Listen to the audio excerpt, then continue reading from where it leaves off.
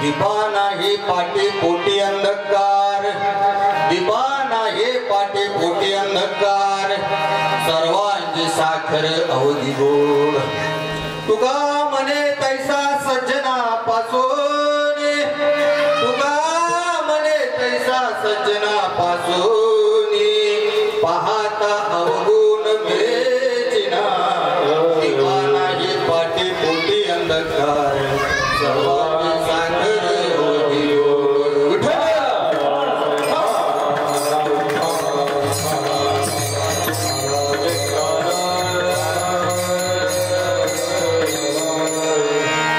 समचरण सरोजम चांद्र नीलाभुधाभम, गगन निहित पाणी मंडनम मंडनानम, तरुण तुलसी माला कंधरम कज्जनेत्रम, सदय धवल हौसम विठ्ठलम चिंतयामी.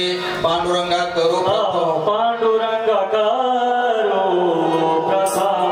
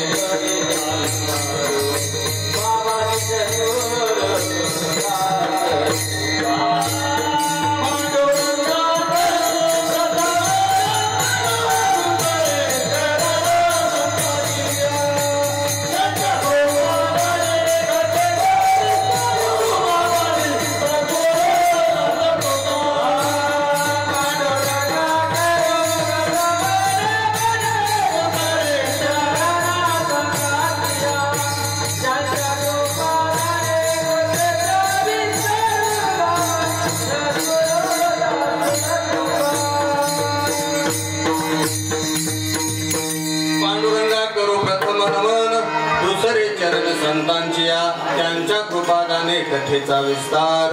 बाबाजी सद्गुरुदास तुका जयांचे केलिया स्मरण, होय सकल विद्येचे अधिकरण. तेच बंधू श्री चरण श्री गुरूंचे ते नमस्कार आता. ओम नमो ज्ञानेश्वरा करुणा करा दया, तुमचा अनुग्रह लाभलो पावन झालो चराचरी. शरण शरण जे हनुमंता तुम्हा आलो रामदूता, काय भक्ती त्याच्या वाटा मज द्यावा शुभता. चंदनाचे हात पाय ही चंदन, परिणा नाही हिन घेऊन अंग, दीपा नाही पाटी पोटी अंधकार, सर्वांची साखर अवधी गोड. पाठीमागला आवाज करू नका. अभंग कोणत्या संतांचा आहे हे सांगणे इतपत समाजाचा काही आडाने राहिला नाही. अभंग जगद्गुरु तुकाराम महाराजांचा आहे. कोण तुकाराम महाराज? मराठी मनावर राज्य करणारा जगद्विख्यात साधू म्हणजे तुकाराम महाराज. कोण तुकाराम महाराज? तर मराठी मनावर जगद्विख्यात मराठी मनावर राज्य करणारा जगद्विख्यात साधू म्हणजे तुकाराम महाराज. कोण तुकाराम महाराज? इंद्रायणीच्या काठावर उठलेलं भगवं वादळ म्हणजे तुकाराम महाराज. कोण तुकाराम महाराज? बुद्धिवंतांना न उमजलेलं कोडं म्हणजे तुकाराम महाराज. कोण तुकाराम महाराज? वारकरी संप्रदायाला किंवा भागवत धर्माला गोंडस आलेलं असं फळ म्हणजे तुकाराम महाराज. कोण तुकाराम महाराज? छत्रपती शिवरायांचे गुरु म्हणजे तुकाराम महाराज. तर कोण तुकाराम महाराज? ज्या तुकारामांची भोपाळी ऐकता ऐकता अख्खा महाराष्ट्र सकाळी जागा होतो ते तुकाराम महाराज. कोण तुकाराम महाराज? तर अभंग गाता गाता सायंकाळी जे लोक झोपतात ते तुकाराम महाराज. आणि अशा तुकाराम महाराजांचा चीर चरणांचा संतपर प्रकरणातील आजच्या सेवेला घेतलेला अभंग. विठ्ठल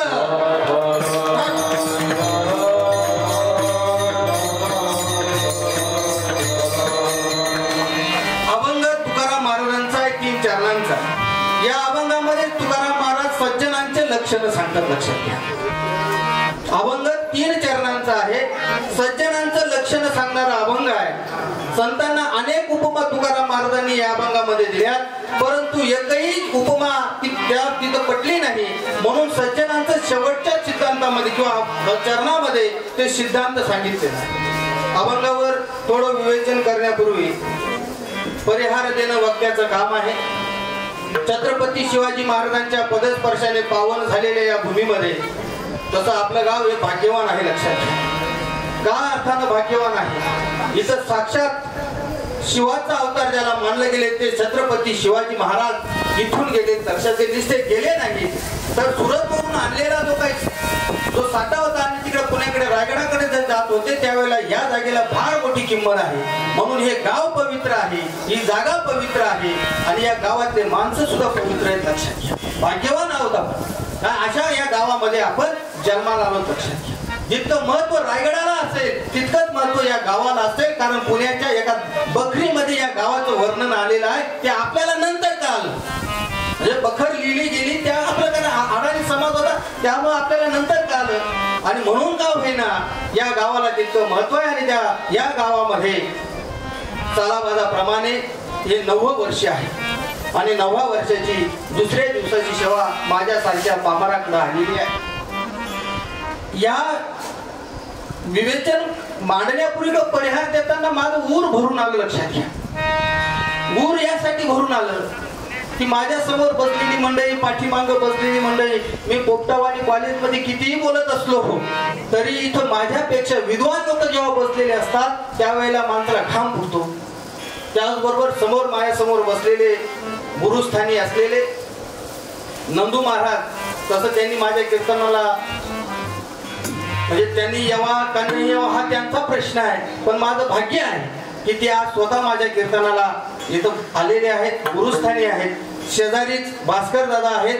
हा फेटा मी ज्यांच्या शब्दामध्ये बांधला होता ते भास्कर दादा आहेत. आणि त्या दिवसापासून फेटा ज्या दिवसापासून बांधला परत मागे फिरून पाहिलं नाही दादा, त्याच्यामुळे तुमचं नाव घेणं आग्रहक्रमानं असेल. त्याचबरोबर इकडं पेटीवर जे दादा बसले ते आमचे जिवलग मित्र आहेत, बंडू नाना. म्हणजे मला मी पाहिलेलं होतं तेव्हापासून ती पेटी वाजतात आणि मध्यंतरी ते मला म्हणायचे, सर तुमचा आवाजाचा थोडा प्रॉब्लेम माझ्याकडे या, मी शिकून देईन. पण योगायोगानं ती काय आपली तातले वेळ तशी जुळली नाही. इकडं माझ्या डाव्या बाजूला संस्कार आहे. नुसतं त्याचं नाव संस्कार त्याच्या वडिलांनी आईने ठेवलं असेल मला माहित नाही, पण खरंच तो संस्कार आहे. म्हणजे याला धन्यवाद देण्यात इतपत नाही, पण धन्यवाद कोणाला दिले पाहिजे, त्याच्या आईवडिलांना दिलं पाहिजे. कारण इकडे रमी खेळणारे पोरं तयार झाले, पबजी खेळणारे पोरं झाले आणि याच वयामध्ये हा पोरगा काय करतोय, पखवाज वाजवतो आहे. नुसता पखवाज मी तुम्हाला सांगून जातो, बाबांची जर याच्यावर जर कृपा झाली, बाबांची कृपा आहे संस्कार, आणि जर झाली हे मी संतांचे कृपा झालेला माणूस आहे. लक्षात घ्या, मी काय केलं हे तुम्हाला सांगण्याची गोष्ट नाही, पण संतांची कृपा झाली आणि तो आहे संस्कार. बाबांना विसरू नको. बाबांची जर तुझ्यावर कृपा झाली तर महाराष्ट्रभर तुझं नाव असेल. लक्षात राहू द्या. जोरदार टाळी वाजवते. आणि शेवटी या वयात मी सांगतो खेळण्याचं बागडण्याचं वय आहे, तो पोरगा कीर्तनात पखवाज असतो. म्हणून धन्यवाद त्याच्या आईवडिलांनी द्यावा लागेल. आईचा पुत्र देही गुंडा त्याचा तीही लोकी दंडा असं प्रमाण आहे. त्याचबरोबर इकडे जे आहेत विनेकरी आमचे काका आहेत, बरोबर. इकडची जी मंडळी आहे आता या मंडळीत काय बोलावं. सुनील महाराज आहेत, मी म्हणतो कैलास पवारने, अजून कोण तो ओंकार जगताप, काही कारण नाही त्यांचं नाव घेण्यात.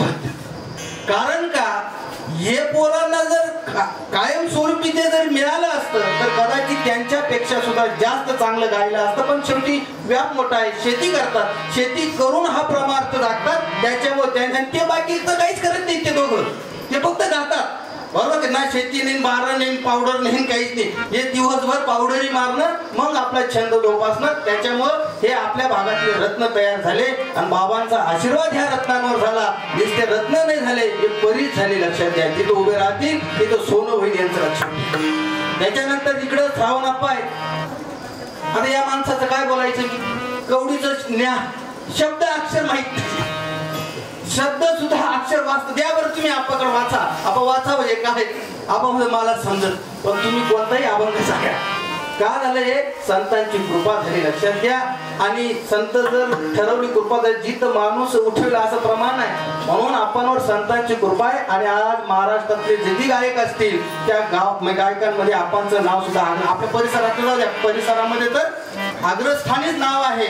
पण महाराष्ट्रात सुद्धा माझ्या कीर्तनाला आप्पा कायम राहतात. आप्पा म्हणतात सर तुम्ही चिंता करू नका, तुम्ही फक्त बोलायचं काम करा, बाकीचं मी पाहतो काय करायचं. त्याच्यामुळे आप्पा आहेत. त्याच्यानंतर हे शेरीचे भाऊ आहेत. आमचा खरा प्रमार्थिक पोरगा हे बघ याचं नाव घेतलं त्याचंही नाव घ्यावं लागेल लक्षात घ्या. आम्ही गेल्यानंतर भास्कर दादा आपण गेल्यानंतर आमचं काय सांगतात आम्ही येतो खंडी बरोबर आहे की. पण मला गॅरंटी आहे हा पोरगा काय का होईना आपलं सप्ताह बिप्ताह काहीतरी चालेल असं मला त्याच्याकडे पाहून वाटतं. म्हणून आपला बंटी आहे. त्याच्यानंतर आपले गुरुबंधू बरोबर आहे की ते खास कीर्तनाला आले माझे. मी सर म्हणे येतो ते आले. त्याच्यामध्ये हे बाकीचे कासण्याचेच आहेत. इकडं कोणी हा हे यांचं नाव नाही लक्षात गरड्याचेच का रमेश महाराज, सागर महाराज, सरपंच बरोबर ते उपसरपंच हे सगळे सरपंच आहेत बरोबर आहे. हे यांचं जनार्दन महाराजांचं काय वर्णाव काय एक सोपं नाही. हे मी म्हणतो ज्ञान घेऊन कोणी म्हणेलो वाचून लिहून कोणी सांगेल. आता मी बोलतो म्हणजे काय वाचून आलेलो आहे ना, अभ्यास केला 2-4 दिवस काय होईना म्हणून सांगायला लागलो. हे पोरं कुठं वाचायला गेले नाही, शिकायला गेले नाही. फक्त एकच गोष्ट झाली त्यांचा ध्यास इतका आहे की आज ते कुठेही जा त्यांच्या आवाजाला तोड नाही. म्हणून जनार्दन महाराजांचं कौतुक करावं इतकं सोपं आहे. त्याच्यानंतर आपले पेटी मास्तर आहेत बरोबर आहे की. समोर माझ्या समोर अजून काही नामवंत लोक सुद्धा बसलेले आहेत. आपल्या गावचे माजी उपसरपंच आहेत मानिता म्हणजे आमचे तात्या आमचे मार्गदर्शक आहेत. त्याच्यानंतर योगेश आहे, अजून समाधान आहे. तिकडे सर बसलेले आहेत योगेश सर. खरं म्हणजे तुम्ही मग माझ्या कीर्तनाला ऐकायला आले सर काय सांगतात वा यासाठी तुम्ही इथं उपस्थित झालात. गावातील मंडळी मोठ्या प्रमाणात पाठीमाग सगळ्यांचेच नावं घेणं सगळेच आपले लोक आहेत. या सगळ्यांचंच नावं घेणं मी कर्तव्य समजतो आणि माझ्या अभंगाला मी सुरुवात करतो. विठ्ठल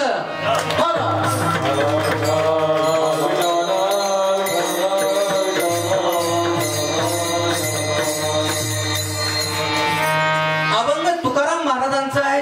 3 चरणांचा आहे. या अभंगामध्ये तुकाराम महाराज म्हणतात सज्जनांचं ज्या वेळेला लक्षण तुकाराम महाराज सांगतात ना त्या अर्थे इथं दुर्जनांची सुद्धा संख्या असली पाहिजे लक्षात घ्या.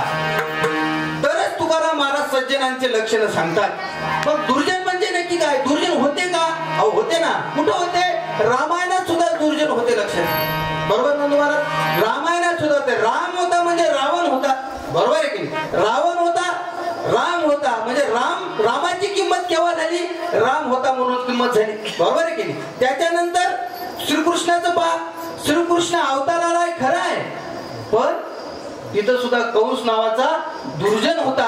श्रीकृष्णाला मारण्याचा अनेक प्रयत्न केला बरोबर आहे की नाही. तर तरी शक्य झालं नाही. म्हणजे मला सांगण्याचं तात्पर्य काय आहे जिथं सज्जन तिथं दुर्जन. दुर्जन होते म्हणून सज्जनांना काय आहे किंमत आहे लक्षात राहू द्या. चला आता ते झालं तिकडचं. आपण संत परंपरेत या ज्ञानोबा रायांचं वर्णन काय सांगायचं बरोबर आहे की. ज्ञानोबा रायांचं चरित्र वाचायला घेतलं किंवा ऐकायला घेतलं दादा हो तर आपल्या डोळ्यांना पाणी येतं. आणि तुम्ही आज दुपारी जर पाहिलं असेल मी येता येताच आपण सांगितलं दुपारी म्हणजे महाराष्ट्र सरकारचा GR आहे आता दुपारचा. आपण भाग्यवान आहोत की त्या पर्व काळामध्ये आपला सप्ताह आहे लक्षात राहू द्या बरोबर आहे की नाही. येत्या 15 ऑगस्टला ज्ञानोबा रायांना जाऊन म्हणजे जयंती जी आहे ज्ञानोबा रायांची ती 750वी जयंती आहे आणि अख्खा महाराष्ट्रभर साजरा होणार आहे सर लक्षात घ्या. नुसतं साज नाही करायचा. स्थानिक स्वराज्य संस्था जेवढ्या पण आहेत म्हणजे नगरपालिका पंचायत समिती ग्रामपंचायत त्यांना सरकारनं GRच काढून टाकला की तुम्ही काय करायचं ज्ञानोबा रायांचा फोटो घ्यायचा एक पालखी तयार करायची. पालखी तयार करून फोटो ठेवायचा आणि गावभर काय करायची मिरवणूक करायची. हे दिवस कधी पाहायला मिळाले ज्ञानोबा रायांना सांगा तुम्ही कधी पाहायला मिळालं? किती कष्ट सहन करावे लागले, अपमान सहन करावा लागला. अहो लोकांनी माधुकरी दिली नाही, माती कालवली लक्षात घ्या. ज्ञानोबा रायांचे चित्र आता आम्ही माधुकरी मागायचो सटाण्याला पण लोकांनी शह कधी दिलं नाही. लोकांनी चांगलंच आम्हाला खायला दिलं लक्षात राहू द्या.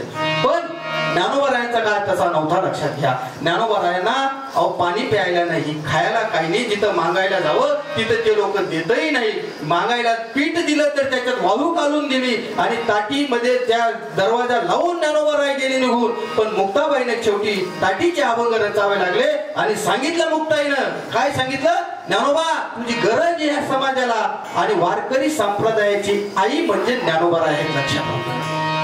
वारकरी संप्रदायाचा बाप म्हणजे तुकाराम महाराज. तुम्ही बघा ज्ञानोबरायांनी जे जे रचलं असेल ते काही शिव्या दिल्या का, अगदी मवा भाषेत रचले. ज्ञानोबरायांना एवढाही त्रास दिला लोकांनी तरी ज्ञानोबराय काय म्हटले, आता विश्वात्मके देवे भाग्यज्ञ तोषावे तोषोनी मद द्यावे पसाय राम हे. एवढं त्रास देऊन सुद्धा ज्ञानोबराय त्याला माफ करा असं म्हणतात, बरोबर आहे की नाही. असं ज्ञानोबरायांना म्हणजे ज्ञानोबराय ते. त्याच्यानंतर तुकाराम महाराजांचं पहा, तुकाराम महाराजांना किती त्रास दिला लोकांनी, अहो इतका त्रास दिला. काय तुकाराम महाराजांचे चित्र आहे का तुम्हाला चरित्र सांगायचं, अहो 15 म्हणजे 17व्या वर्षी माणूस सगळं सोडून दिलं. 65 लाखाची ज्याची संपत्ती होती दान करून टाकली, लक्षात घ्या, आणि भिकारी झाले, लक्षात. ते म्हणतात आमचे काय कुत्रे सुद्धा घर राखतात असं प्रमाण आहे, बरोबर आहे की. म्हणजे आमचं घर राखणारे कोण आहेत, ते कुत्रे. म्हणजे 65 लाखाची संपत्ती असणारा त्या काळात कधी 16व्या शतकामध्ये एवढी आजची काय, आजचं कधी संपत्ती आहे आपल्याकडं, एक स्लॅबचा बंगला आहे तो 10-15 लाखाचा, एक ट्रॅक्टर आहे गाडी भाड्यानं आणले म्हणजे ते बँकेचे हप्ते घेऊन आणलेलं, बरोबर. त्याच्यानंतर दुसरं काय आहे, 5-6 एकर जमीन आहे तरी माणसं बोलत नाही, तोंडातून शब्द सुद्धा निघत नाही, जसं अख्ख्या गावाचं सुद्धा काका त्याच्यावरच पडलेलं लक्षात. संपत्ती पाहिली 10 लाखाची तरी सुद्धा तो गडी इतक्या आविर्भावानं बोलत नाही. अरे ज्याची 65 लाखाची संपत्ती लोकांना दान करून टाकली, किती महान संत असावा, तरी त्या संतांना काय करावं लागला, त्रास सहन करावा लागला. आयुष्यभर लिहिलेले अभंग, आयुष्यभर ते लिहिलेले अभंग शेवटी इंद्राणीच्या डोहात बुडावे लागलेत, लक्षात घ्या. कोण सांगितलं, दुर्जन होते म्हणूनच ना, बरोबर की नाही. त्या शास्त्रींनी सांगितलं, ममाजींनी सांगितलं बंद करून टाका, तरी सुद्धा तुकाराम महाराजांनी एका शब्दा म्हणजे त्यांना काय केलं, माफ करून टाकलं, लक्षात घ्या. ही संतांची भूमिका. चला पुढं. तुकाराम महाराजांच्या समकालामध्ये छत्रपती शिवाजी महाराज जन्माला आले, लक्षात घ्या, बरोबर आहे की.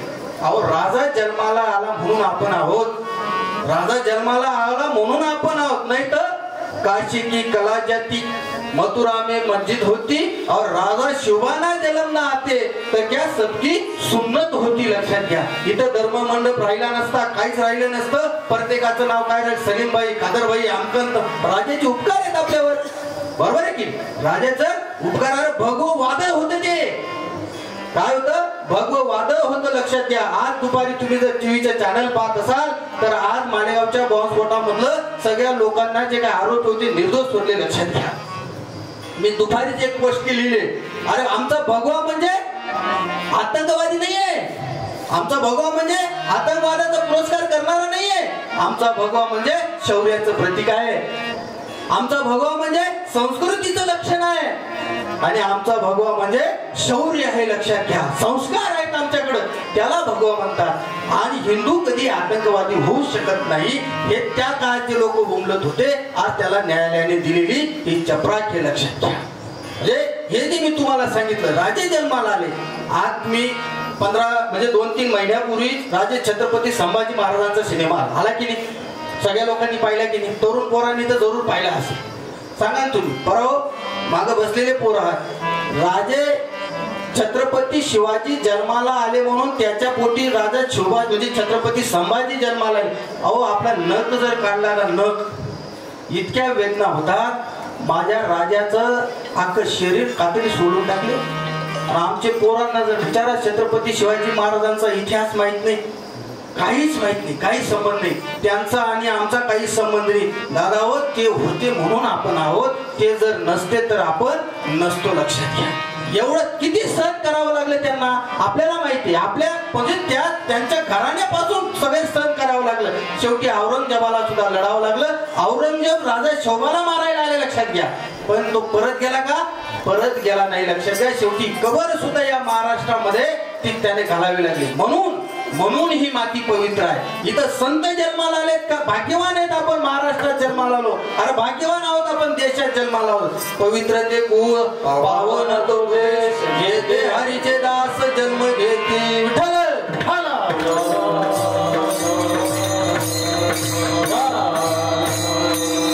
भाग्यवान आपण लोक आहोत की इथं या संतांनी आपल्याला जन्माला घातलं किंवा आपण जन्माला आलो. लक्षात घ्या, ही तशी संतांची भूमी आहे. गुरुवर्य बाबांचं या सप्ताहामध्ये म्हणजे आपण जर पाहिलं, बाबांचे साधक जर पाहिले, मी नेहमी सांगतो या महाराष्ट्राचा ज्या वेळेला इतिहास लिहिला जाईल ना, आता तुम्ही म्हणाल मला माहित नाही, पण मी म्हणतो या महाराष्ट्राचा ज्या वेळेला नवीन संतांचा ज्या वेळेला इतिहास लिहिला जाईल ना, काय बाबांचं नाव टाकल्याशिवाय तो इतिहास पूर्ण होणार नाही. लक्षात घ्या. का होणार नाही? का होणार नाही? अहो सहन केलं एवढं तेव्हा ते साधक आले ना, जगाला दिलं. बरोबर आहे की? आता मला सांगा, या लोकांनी स्वतःसाठी जगले का दुसऱ्यासाठी जगले? दादा दुसऱ्यासाठी. बरोबर आहे की नाही? जे जे लोक दुसऱ्यासाठी जगले त्या लोकांचा इतिहासच झाला. तुम्हाला काय म्हणायचंय? बरोबर. जोपर्यंत हा चंद्र आहे, सूर्य आहे, तोपर्यंत त्या लोकांचं नाव राहणार आहे. लक्षात. बाबांचं नाव जोपर्यंत चंद्र आहे, सूर्य आहे, तोपर्यंत राहणार आहे. छत्रपती शिवाजी महाराजांचं नाव जोपर्यंत चंद्र आहे, सूर्य आहे, तोपर्यंत राहणार आहे का जाणार आहे? छत्रपती म्हणजे संत जगद्गुरु तुकाराम महाराजांचं नाव जोपर्यंत चंद्र आहे, सूर्य आहे, तोपर्यंत राहणार आहे. आमचे ज्ञानोबारायांचं नाव जोपर्यंत चंद्र आहे, तोपर्यंत सूर्य आहे, तोपर्यंत राहणार आहे. का राहणार आहे? का राहणार आहे? कारण ते जगले दुसऱ्यासाठी. आपण जगतो आहोत. लक्षात घ्या. इथं बसलेल्या कोणीही एक दोन सोडले तर 5 पिढ्यांची नावं सांगा. 5 मागची, 5 मागची. अमुकचं तमुक, तमुकचं तमुक, तमुकचं तमुक, तमुकचं तमुक. पण त्याच्या माग आम्ही 1-2 सोडलेत. बरोबर आहे. 1-2 सोडले तर बाकीचे अहो काहींना आजोबा सुद्धा आठवणार नाही. ज्या आजोबानं 5 एकर जमीन, 2 ट्रॅक्टर, घर, बरोबर आहे की, एक कमवून ठेवलं की नाही? बरोबर आहे की नाही? मग त्या आजोबांचं नाव का नाही लक्षात राहिलं? का नाही लक्षात राहिलं? सुनील महाराज, का नाही लक्षात राहिलं? कारण तो आजोबा जगले हो. कोणासाठी जगले? ते स्वतःसाठी जगले. म्हणून नातूंना सुद्धा त्याचं नाव लक्षात राहिले नाही. मला सांगण्याचं तात्पर्य असं होतं, जे जगासाठी जगले ना ते अदमर झाले, आणि जे स्वतःसाठी जगले, ज्या पोरांसाठी जगले, ज्या संसारामध्ये आतोनात प्रयत्न केला संसार, ते पोरांनी 100% एक दिवस एक शब्द येतो त्यांच्या तोंडात, काय? माझ्या बापानं माझ्यासाठी काही करून ठेवलं नाही. कितीही करू द्या. आणि कोणत्याही पोरानं आज तागायत त्याचे वडील स्लॅबच्या बंगल्यावर काही जायले नाहीत. उलट मी नेहमी सांगत असतो, उलट संसारामध्ये जसजसा माणूस वयानं वाढत जातो तस तसं त्याची किंमत सुद्धा वाढत जाते. कमी होते.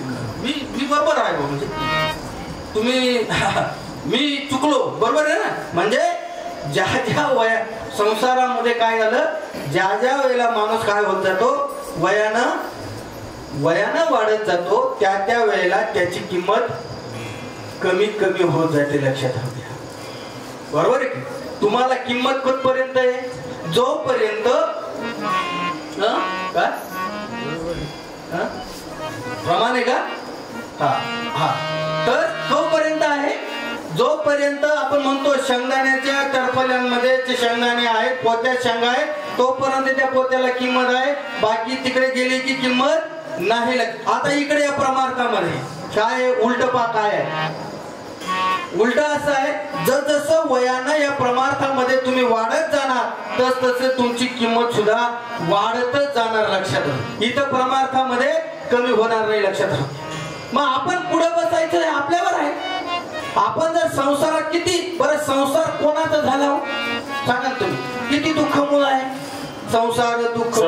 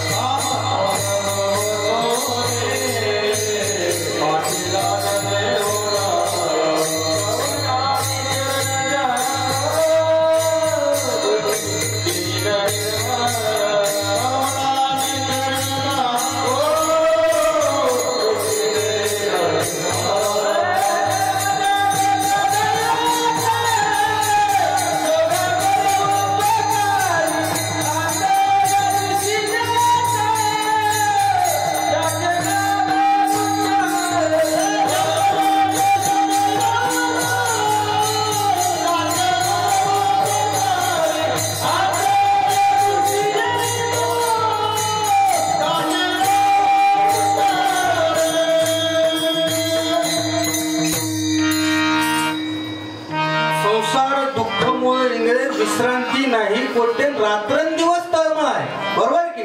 या संसारामध्ये एवढी तळमळ करतो, त्याचं फळ काय आहे का? काही फळ अजिबात सुद्धा नाही. संसार कोण केला नाही, कोणाचा होणार नाही, आणि आता काही कोणाचा झाला नाही, लक्षात घ्या, बरोबर की नाही? मग संसारात ज्या ज्या गोष्टी आपण करतोय त्या सगळ्या सुखासाठी का दुःखासाठी?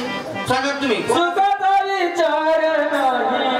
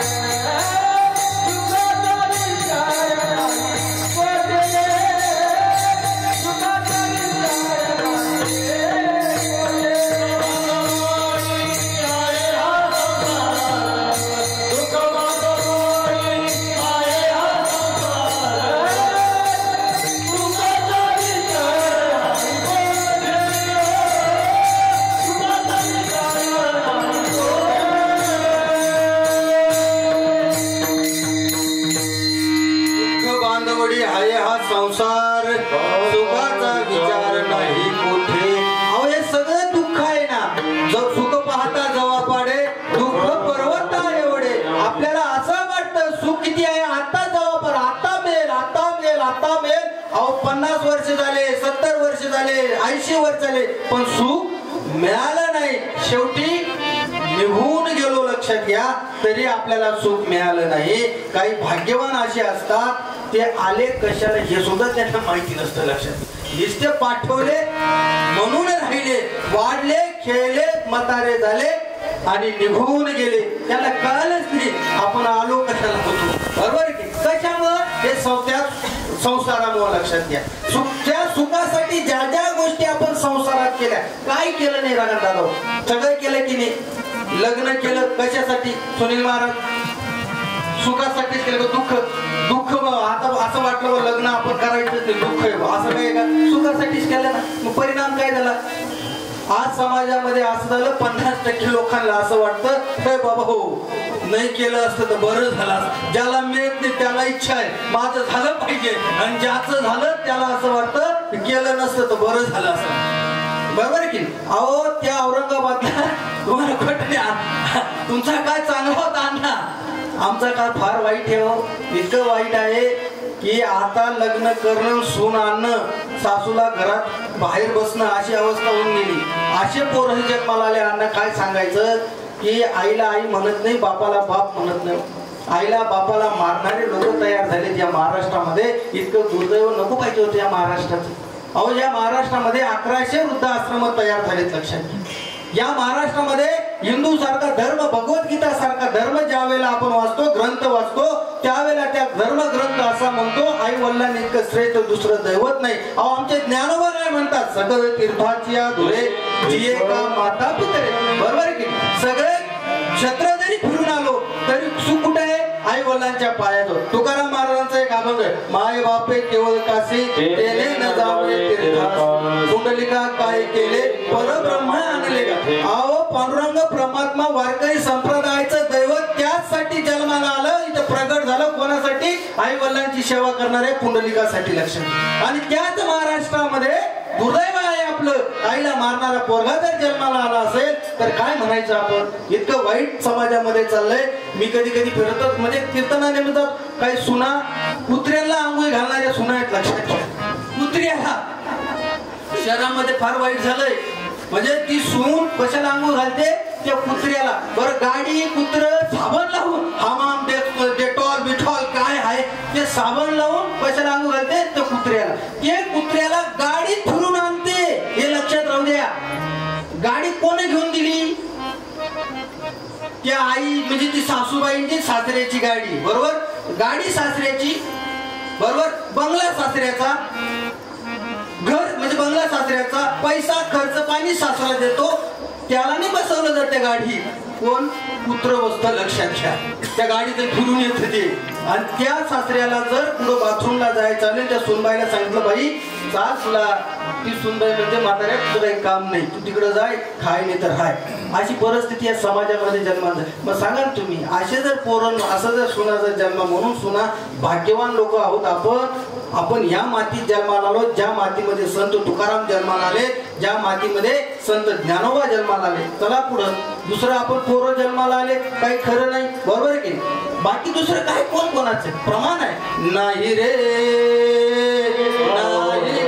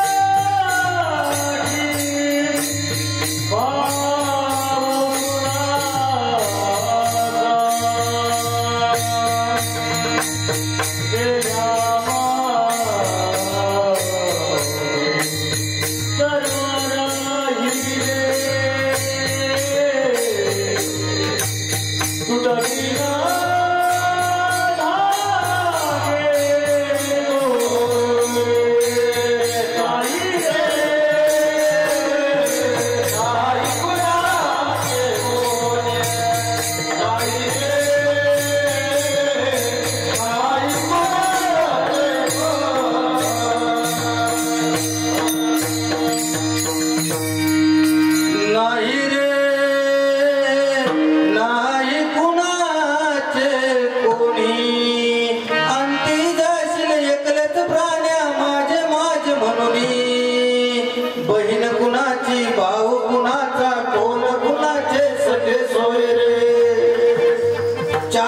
सांगितले संत. बहीण कोणाची, आता रक्षाबंधन येते आहे. लक्षात, पूर्वी रक्षाबंधनला इतकी किंमत होती, आता रक्षाबंधन येते आहे, 8 तारखेलाच आहे. बरोबर, बहिणीचं भावाचं बहिणीवर इतकं प्रेम राहतं, इतकं प्रेम राहतं, भाऊ बहिणीशिवाय राहू शकत नाही आणि बहीण भावाशिवाय राहू शकत नाही, एवढं अफाट प्रेम होतं जगातलं. पण जमिनीला भाव जास्त झाल्यामुळं निम्म्या बहिणी कोर्टात गेल्यात. लक्षात घ्या, कुठे गेलं प्रेम, सांगा तुम्ही, कुठे गेलं तुमचं प्रेम. पैसा प्रेम झालं तुमचं. लक्षात ठेवा. दुसरं प्रमाण सांगतो तुम्हाला, भाऊ कोणाचा आहे? कोण तुमचं भाऊ? अरे कोण? वडिलांनी जाता जाता जर मोठ्याला अर्धा एकर जमीन जर जास्त देऊन गेला, लहानाच्या बापाच्या अंत्यविधीला सुद्धा जात नाही, किंवा लहान्याला देऊन गेला, मोठा त्याच्या अंत्यविधीला येत नाही. लक्षात घ्या, तोच भाऊ आहे. लहानपणी त्याच्याशिवाय तो जेवू शकत नव्हता, पण काय कुणास ठाऊक त्या भावाची इतकी रीस पेटली जाते की भावाचा खून करायला सुद्धा लोक मागे पुढे पाहत नाहीत. लक्षात घ्या, कोणाचे नातेवाईक आहेत सांगा तुम्ही. इथं बसलेले सगळे लोक आता इथं बसलेले आहेत. सकाळी उठल्याबरोबर फोन लावा एखाद्या नातेवाईकाला, अहो मला लय अर्जंट आहे, 5 लाख रुपये पाहिजे होते. देणाऱ्याची ऐपत आहे त्याची, आशाकडेच मागा ज्याची ऐपत आहे. ज्याच्याकडे नाही त्याच्याकडे मागू नका. तो काय म्हणा, बरं झालं आता तुम्ही काल तर मागितले असते, आज नाही. लक्षात घ्या, मला सांगण्याचं तात्पर्य असं आहे, हे कोणासाठी चाललंय तुमचं माझं? संसारासाठी. जे कोणाचेच कामाचे नाही त्याच्यासाठीच ही हवा आहे. संत तुकाराम महाराजकडे काही साधक केले आणि मग त्यांनी सांगितलं, बाबा हो खरे संत कोणते आहे, काय लक्षण आहेत ते अभंगाच्या पहिल्याच्या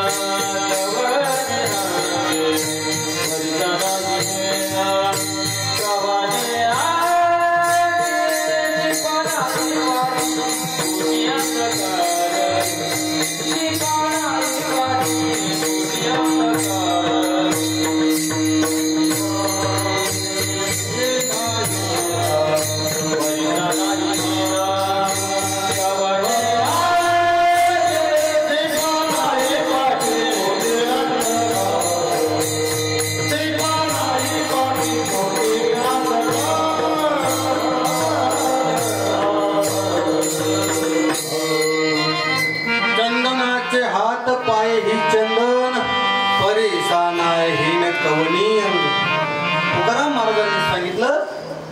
संत कसे असतात तर ते चंदनासारखे असतात. चंदन हे सर्वांगानं काय आहे? पवित्र आहे. सर्वांगानं किती घासा चंदन कोणताही म्हणजे त्याचं बूड घ्या, गाठी घ्या, त्याच्यानंतर त्याचं फूल घ्या, त्याच्यानंतर त्याचे पानं घ्या, सगळं त्याचे अवयव हे उपयोगी आहे. बरोबर की? मग चंदन फक्त चंदन अशी गोष्ट आहे, ते चंदन असं झाड आहे, ते नुसतं त्याला सुगंधी करत नाही. ते कोणाला सुगंधी करतं? त्याच्या आजूबाजूच्या सुद्धा झाडांना सुगंधी करतं. लक्षात घ्या. मग ते असं म्हणत नाही की हे निंबाचं झाड आहे, बरोबर आहे की, किंवा हे बाबळीचं झाड आहे, किंवा हे बोरीचं झाड आहे, बरोबर आहे की. ते असं म्हणत नाही. ते सगळ्या अंगानं सगळ्या झाडांना काय करतं? सुगंधी करतं. तसे ते संत म्हणजे तुकाराम महाराज म्हणतात, संत सुद्धा कसे आहेत? तसेच. संतांनी सुद्धा इतकं घासलं सांगा तुम्ही, ज्याच्या आपण म्हणतो ज्याच्या संगतीत गेलो. तुकाराम महाराज म्हणतात, तात्काळ काय करतात? आपण सारखी करती तात्काळ.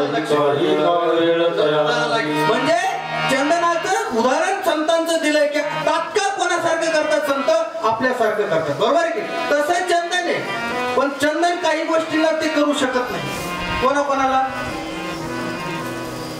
चंदन सगळ्या झाडांना चंदन करू शकतं, सुगंध देऊ शकतो. पण अशी 2 झाड आहेत, त्याचं उदाहरण चाललंय. हिंगाचं झाड आणि बांबूचं झाड. बांबू माहितीये ना, आपल्याकडे टोकर येते, जांबाटीला लावते.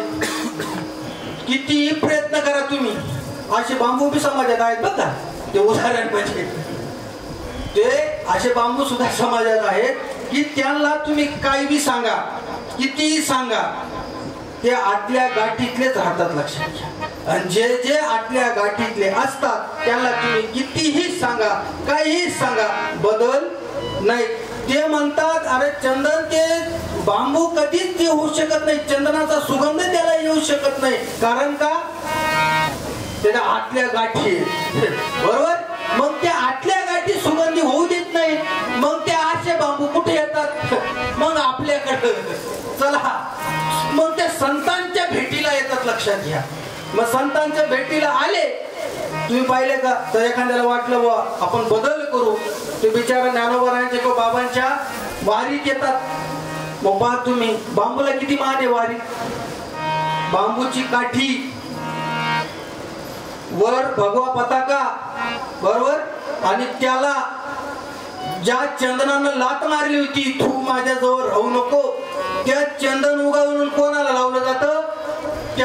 त्या बांबूलाच लावलं जातं. ही ताकद कोणामध्ये आहे? संतांमध्ये आहे. लक्षात घ्या. विठ्ठल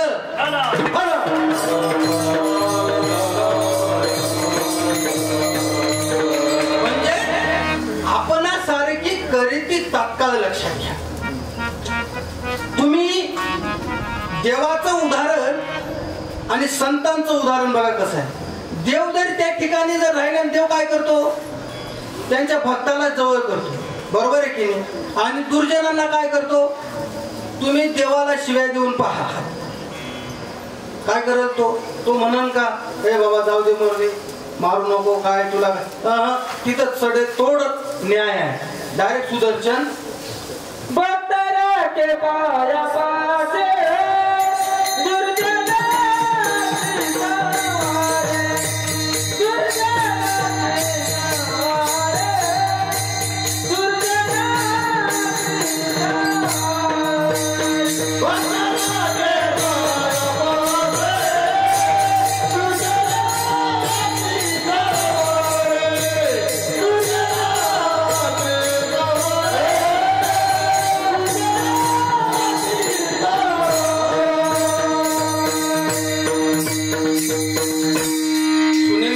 साठी टाळ्या वाजवा लागतात.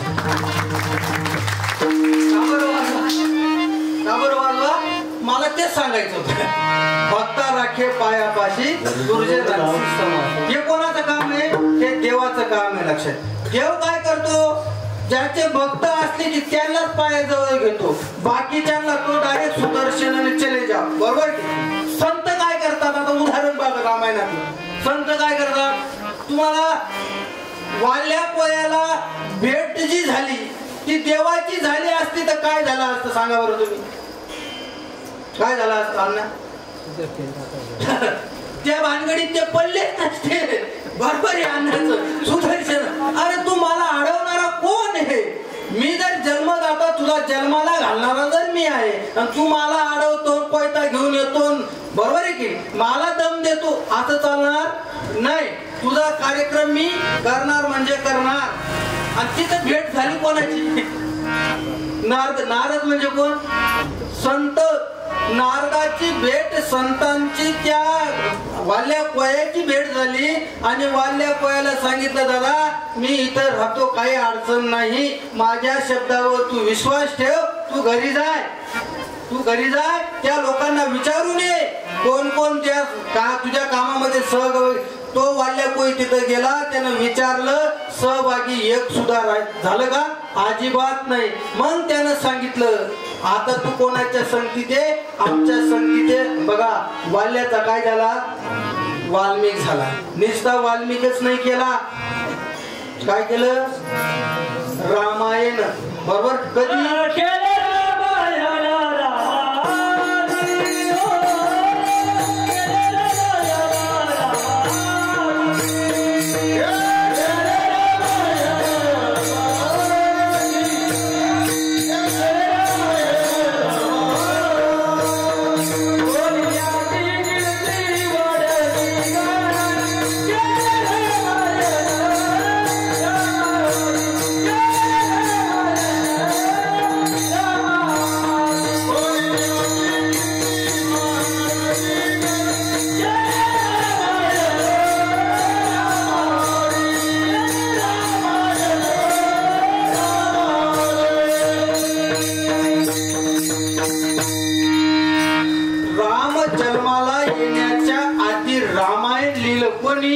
वाल्मिक ऋषींनी लिहिलं. लक्षात का?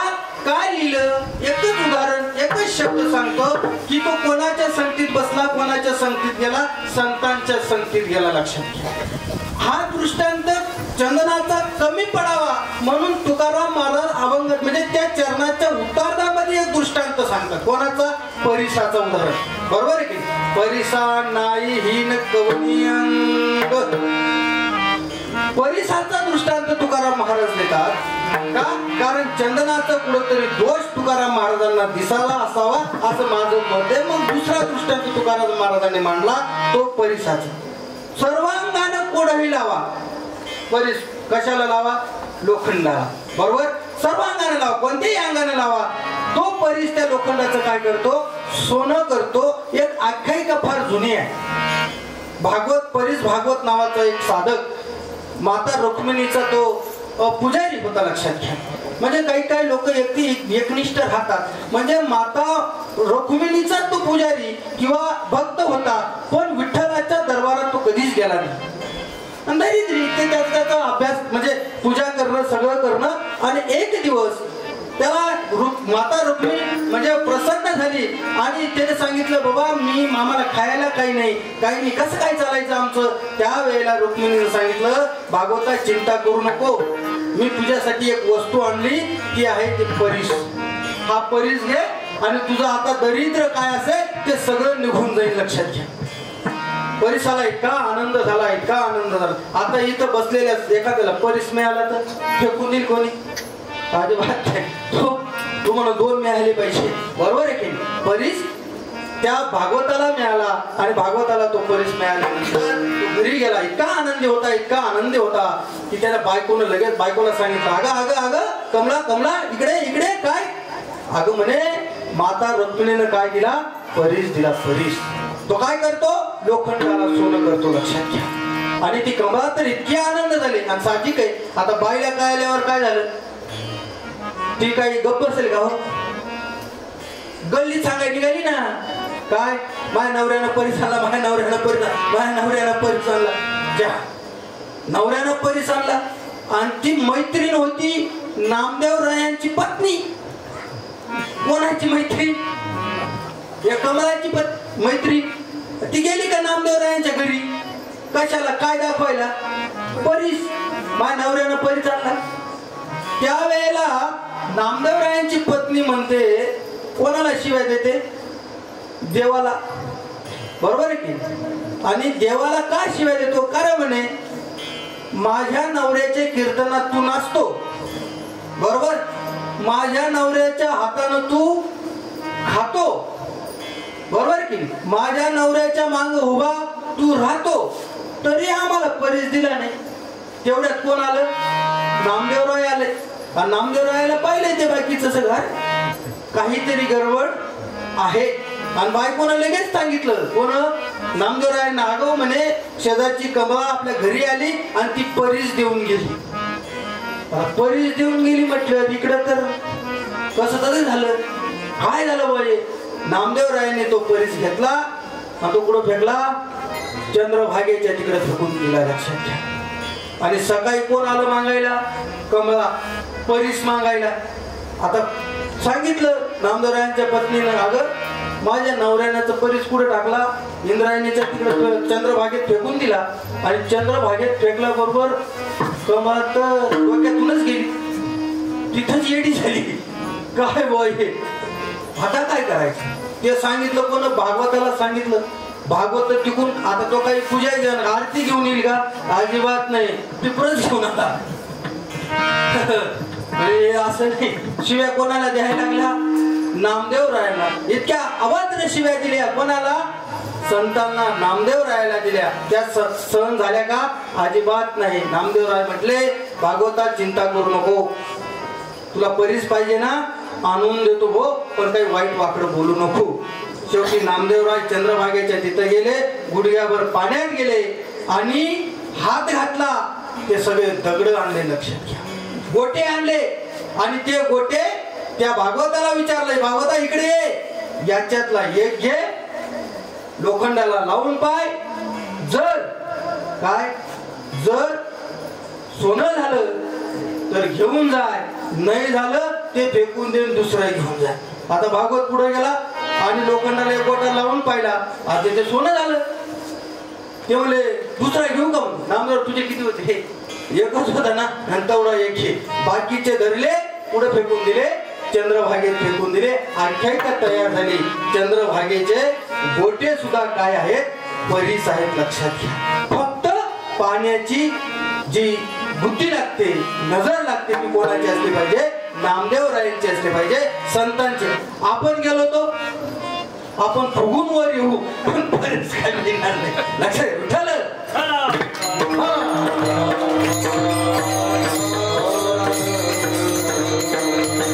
म्हणजे मला सांगण्याचं तात्पर्य असं होतं की परीस भागवताची जी कथा झाली त्या परिसापेक्षाही श्रेष्ठ संत आहेत. लक्षात घ्या.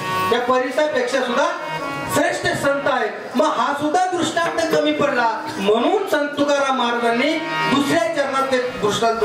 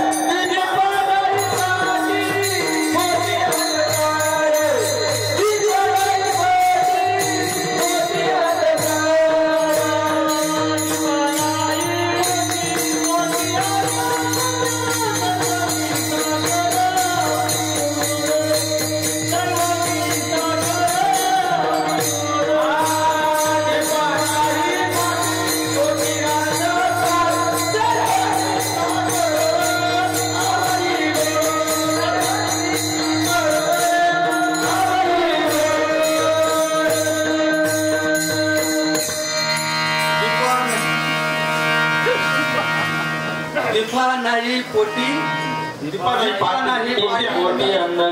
तिकडच पाहत होतो. दीपा नाही पाटी पोटी अंधकार सर्वांगी साखर. तुकाराम महाराजांनी जे काही प्रमाण सांगितले असतील, जे काही सिद्धांत मानलेले असतील, काही दृष्टांत दिलेले असतील, हे सगळे संतांचे याच्यावर दिले. लक्षात. संत फार महत्वाचे. संतांची संगत फार गरजेची आहे.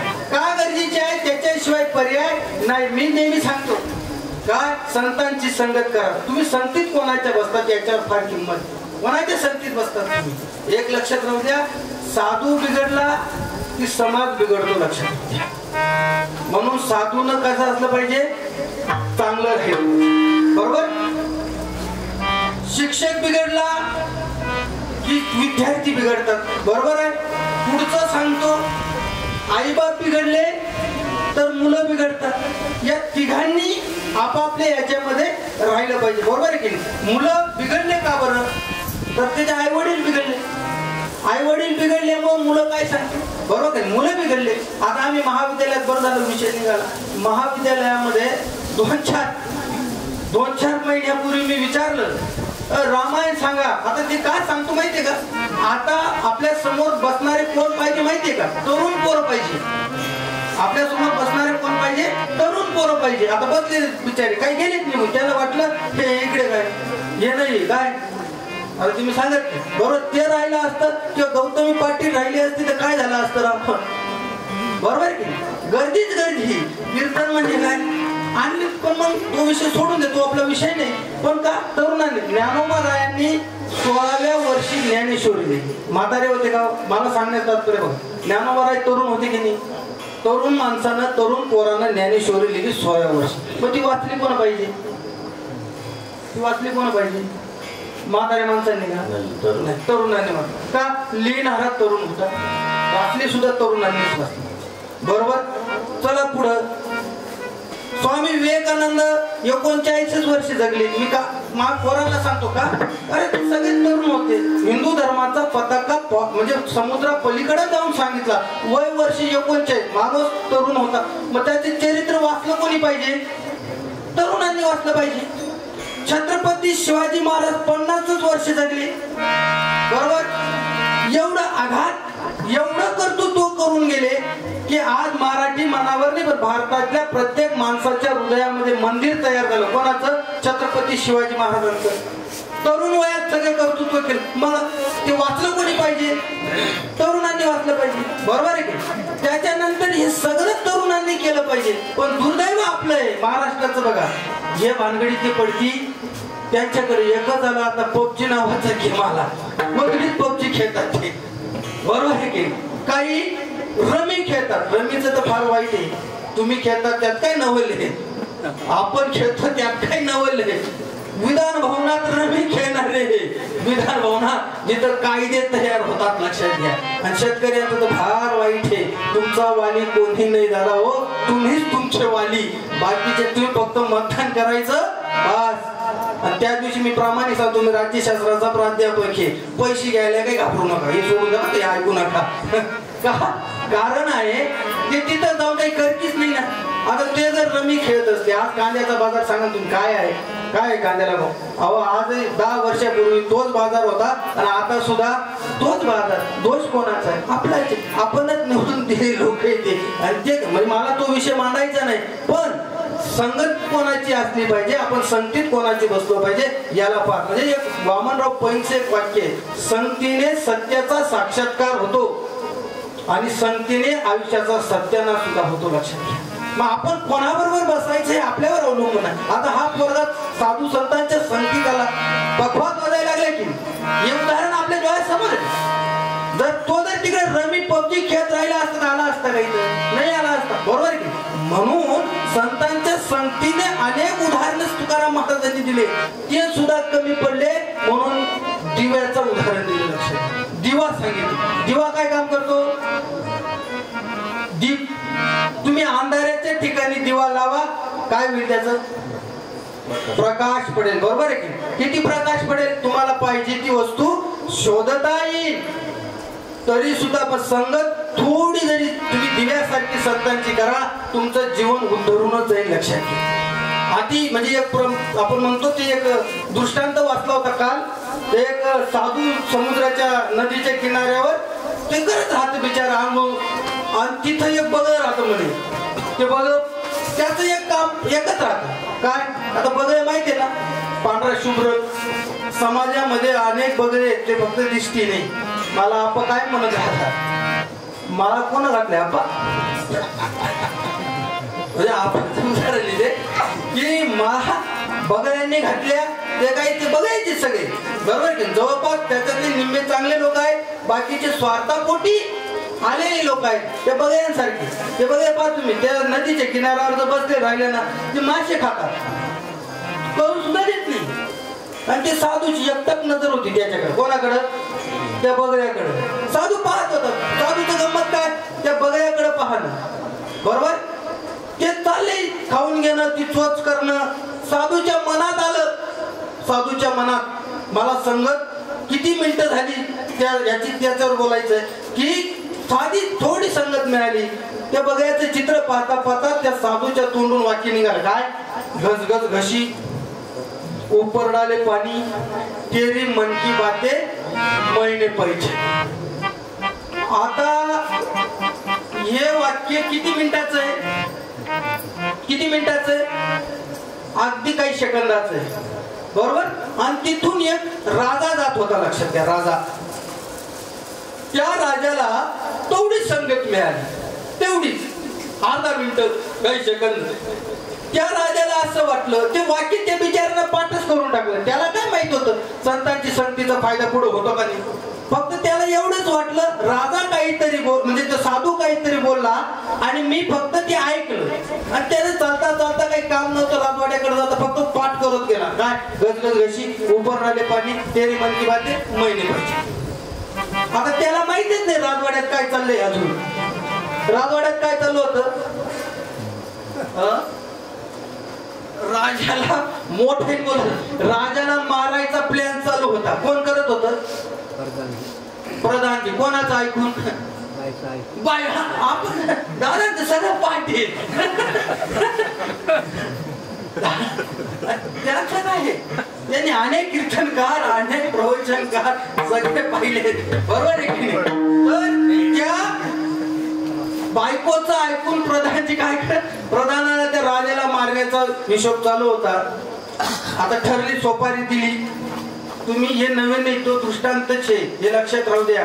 पण नाशिकला 15 दिवसापूर्वी असे 3 मर्डर झाले, लक्षात घ्या. हेच असं जे मी आता सांगतोय हीच कहाणी अशीच की त्या बायकोनं नवऱ्याला संपवण्यासाठी गुंडांना काय दिली, सोपारी दिली आणि आपले नवरे मारले, लक्षात घ्या.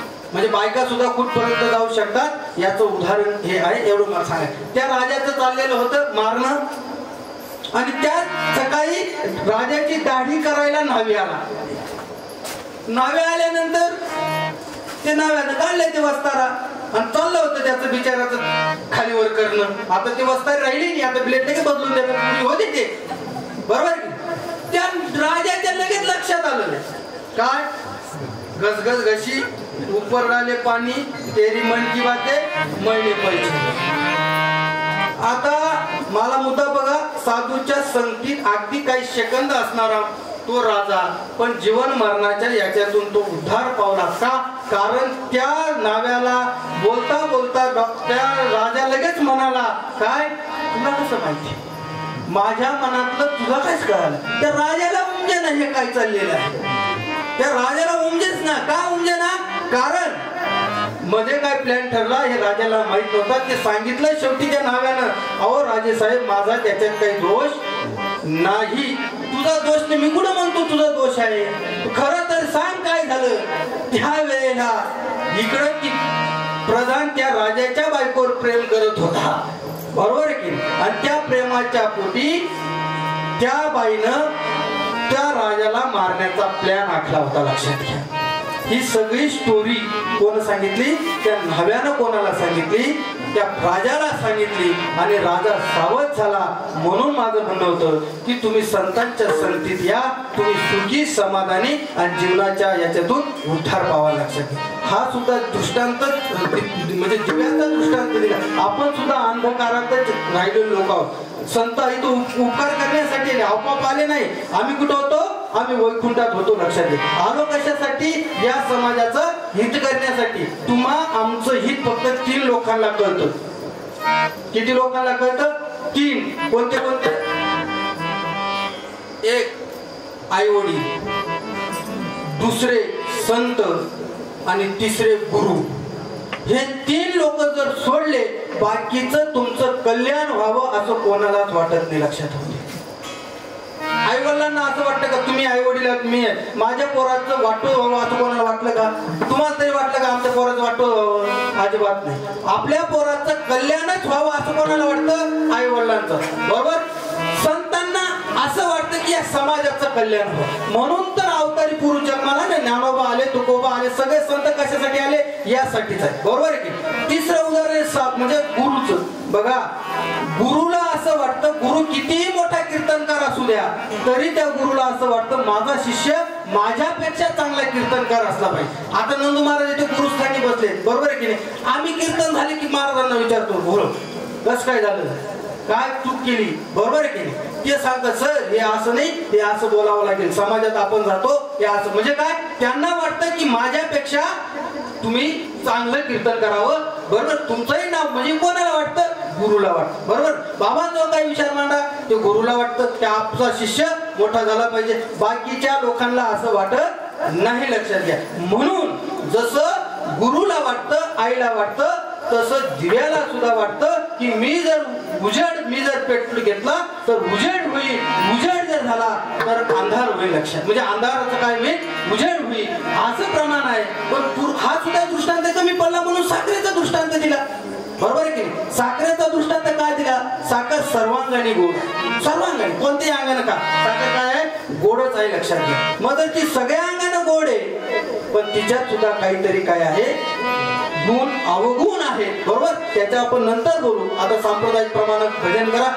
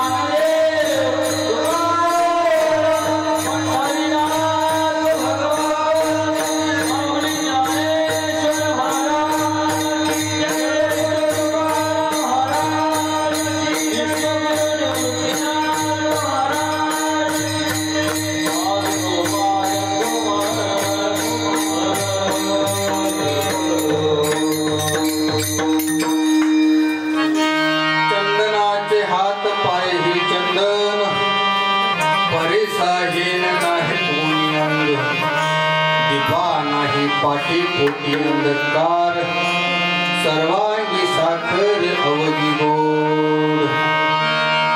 तुकाराम महाराज म्हणतात की परीस किंवा चंदन हे तरी पवित्र जरी असलं ना तरी सुद्धा त्याच्यामध्ये काय आहे, अवगुण आहे. त्याचे गुण जरी सांगितले, चंदन उकळत्या तेलाला एक थेंब जरी टाकले तरी शांत करू शकतं, पण अवगुण आहे त्याच्यात. काय अवगुण आहे, तो बांबूच्या झाडाला चंदन करू शकत नाही, हा त्याच्यातला अवगुण आहे. दुसरा अवगुण सांगितला, त्याच्या झाडापाशी काय सर्प असतात लक्षात घ्या. तो सर्पांना जवळ घेतो, तसे आमचे साधू सर्पांना जवळ घेत नाही. उलट कोणी या नटखट यावे, शुद्ध होणे जावे. बरोबर, म्हणजे कोणीही या, लोकांचा तो अभंग आहे की कोणीही या पण काय होऊन जा, शुद्ध होऊन जा. साधूच्या संगतीत जो जो व्यक्ती गेला तो शुद्ध होऊन गेला, भले तो श्रीमंत झाला नाही. काय झाला नाही, तो श्रीमंत झाला नाही पण समाधानी झाल्याशिवाय तो राहिला नाही. कीर्तनकार गेले की मोठी झाली ती सोडून दे, बरोबर, विषय सोडून दे, त्याचा काही आपल्याला विचार नाही. पण साधूंच्या संगतीत गेलेला माणूस तो श्रीमंत होऊ शकला नाही पण समाधानी झाल्याशिवाय राहिला नाही लक्षात. दुसरा हा दृष्टांत कमी पडला. पुढचा दृष्टांत दिला परीस, म्हणजे परिसाचा दृष्टांत दिल्यानंतर परीस फक्त लोखंडाला सोनं करतो. तो तांब्याला सोनं करत नाही, तो चांदीला सोनं करत नाही, बरोबर आहे की. तो खापराला सोनं करत नाही. म्हणजे लोखंड हा धातू जर सोडला तो कोणालाही तो काय करत नाही, सोनं करत नाही. पण माझे संत तसे नाहीये, ते सगळ्याला त्यांच्या संगतीत जे जे गेले त्यांना ते काय करतं, सोनं करतो, परीस करतो. लक्षात घ्या, मी सांगा ना, अहो निर्जीव भिंत निस्ते स्पर्श झाला, भिंत चालायला लागली की निर्जीव भिंत होती. अहो एका रेड्याला वेद बोलायला लावले फक्त संतांना वर्ष झालं. नुसतं सांगितलं अरे उठ, मेलेला माणूस होता जिवंत उठवता की हे कोणाच्या शक्ती? संतांचं. म्हणजे संत हे सगळ्यांचे पुढे गेलेले लोक आहेत. त्याच्यानंतर हाही दृष्टांत कमी पडला. त्याच्यानंतर तिसरा दृष्टांत दिला, दिव्याचा दृष्टांत दिला. दिवा हा जरी उजेड निर्माण करत असेल, हा प्रकाश देत असेल, तरी सुद्धा याच्या मागे अवगुण आहे. काय अवगुण आहे? दिवा तेल पितो, दिवा काजळी निर्माण करतो, बरोबर आहे की? दिवा वात खातो. पूर्वी हा दिवा म्हणजे आताची लाईट आहे. आता या लाईट मध्ये फक्त ते होल्डर करा ना आपला बोट घाला. बरं काय होईल? आपलं काही चांगलं होईल का? तुमचं चांगलं होईल ना, आमचं काय बरोबर आहे. म्हणजे इथं काही दोष आहे की ते दिव्याचा प्रकाश देणं हा जरी त्याचा भाग असला, पण त्याच्यात जर गेलं तर काय होईल? मरण आहे. तसंच ते दिव्याचं होतं. ह्या दृष्टांत कमी पडला म्हणून साखरेचा दृष्टांत दिला. सर्वांगी साखर अवघी गोड. कोणत्याही अंगानं साखर खा पण ती गोडच आहे. पण साखरेपासून सुद्धा काय आहे? दोष आहे. साखर कोणाला? डायबिटीज वाल्या द्या बरं पोतभर साखर, सगळं देऊ पण साखर देऊ नको, बरोबर आहे की? म्हणजे काय? हे सगळे दोष हे कुठे सापडले? या संतांना सापडले. हे परीस असेल, चंदन असेल, दिवा असेल, साखर असेल. पण माझे संत कसे आहेत? ते किती सज्जन आहेत? अभंगाचं शेवट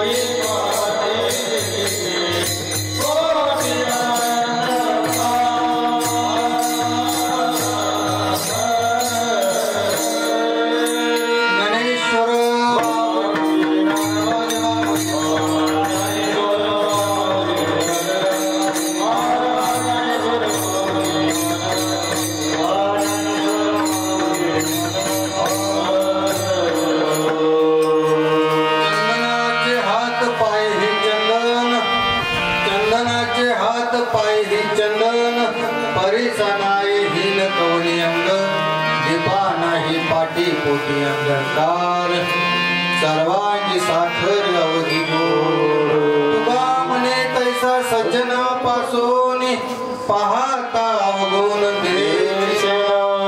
दीपा नाही पाठी पोटी अंधकार सर्वांगी साखर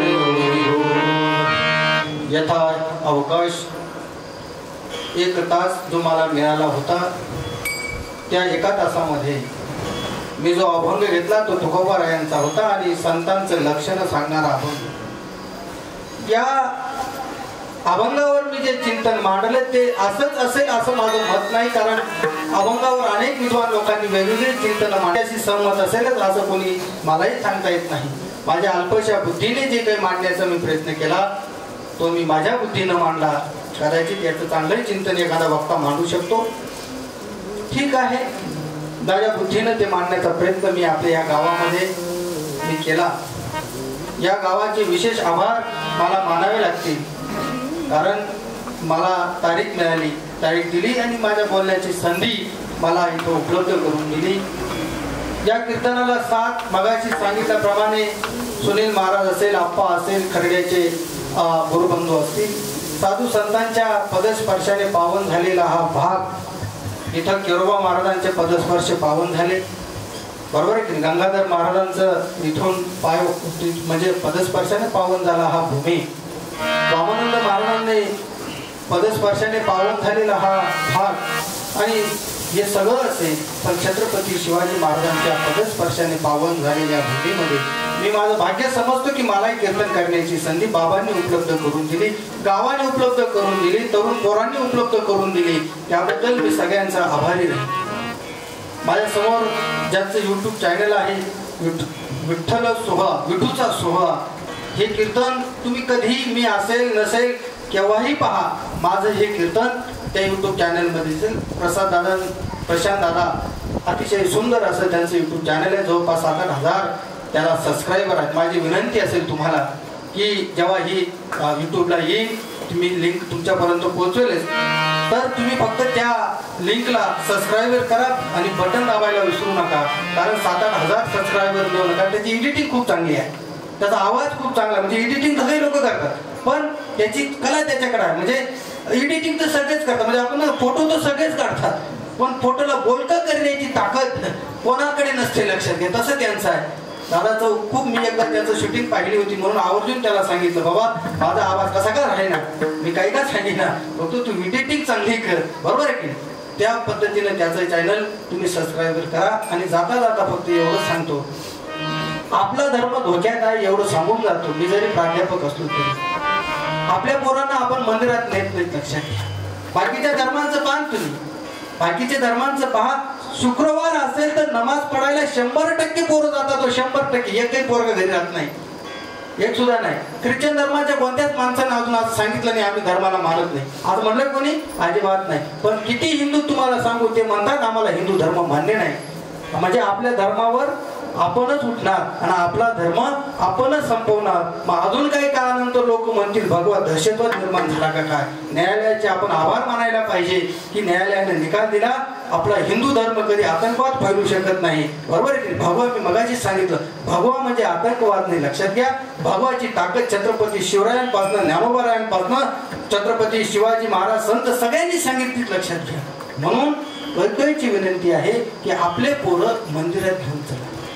मंदिर छोटं असं मोठं असेल का, कारण ती आपली संपत्ती आहे, लक्षात घ्या. ती पुढे गेली तुम्ही जमीन किती कमव, काय किती कमव तुम्ही.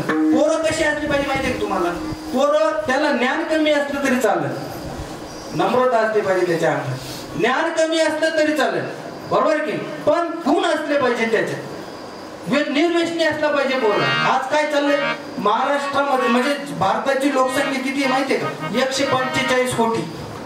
एवढ्या लोकांची गरज नाही ना आता इथे. 145 कोटी गरज लोकांची नाहीच आहे. कोणाची गरज आहे, चांगल्या लोकांची गरज आहे. चांगल्या लोकांची पोरं कशी असले पाहिजे, चांगले असले पाहिजे. लोक कशी असले पाहिजे, चांगले. कीर्तनकार लई आहे पण कोणाची गरज आहे, पाकिट घेणाऱ्यांची का, चांगले, बरोबर आहे. संतांचे विचार मांडणे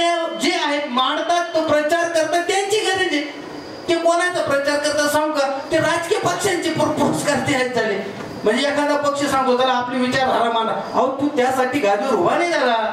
तू उभा कशाला आहे? कोणाची परंपरा सांगायला आहे? संतांची परंपरा. आयशी कीर्तन मर्यादा संतांच्या घरीची लक्षात घ्या. म्हणजे आपल्याला चौकट आखून दिली. मग आपण कसं असलं पाहिजे? आपण आपल्या चौकटीत असलं पाहिजे. आपण संतांची वारकरी संप्रदायाचा पताका उत्तर वाढेल कसा ही त्याची जबाबदारी आहे. म्हणून आपली पोरं ही आपली संपत्ती आहे. इथं बसला कोणीच म्हणणार नाही जमीन माझी आहे का बंगला अजिबात म्हणणार नाही. तो का पोरग माझं आहे ती माझी संपत्ती. का? त्याचं पुढचं प्रेझेंटेशन ते पोरग लक्षात घे. मग आपण 50 वर्षानंतर एखाद्या मित्राने विचारावं तुझं पोरग काय करतो? काय नाही बाबा टुलत घरी येतो. काय सांगा असं सांगायचं का आपण? हे असं नाही सांगता आलं पाहिजे. शाकी ठोकपणे सांगितलं पाहिजे हा माझा पोरगा आहे कीर्तनकार आहे. तिथं बफास तरी वाजवतो तिथे पेटी नाही काही करत पण समाजामध्ये चांगला माणूस म्हणून जगतो. लक्षात घ्या हे महत्वाचं आहे. माई माऊलींना तुम्हाला मी सांगतो तुमची मुलगी जसजशी मोठी होत चालली ना तिच्याकडे लक्ष देत चला. मुलं वयात जशी येतात ना त्यांच्याकडे माय महात्य हेच काम करतो. रोज प्रकरण आहेत. मी तर प्राचार्य माणूस माझ्याकडे दुसरं का मी तास कमी घेतो पण प्रकरण जास्त मिटवतो. का वेळ आली ही? कारण एकच गोष्ट झाली आपण चुकलो म्हणून ते पोरं चुकले. आपण जर सुधारलो आपोआप ते पोरं सुधारतील. एवढं सांगण्याचं माझं काम होतं. आता घ्यायचं कितपत हा आपला प्रश्न आहे. ज्ञानेश जय विठ्ठल.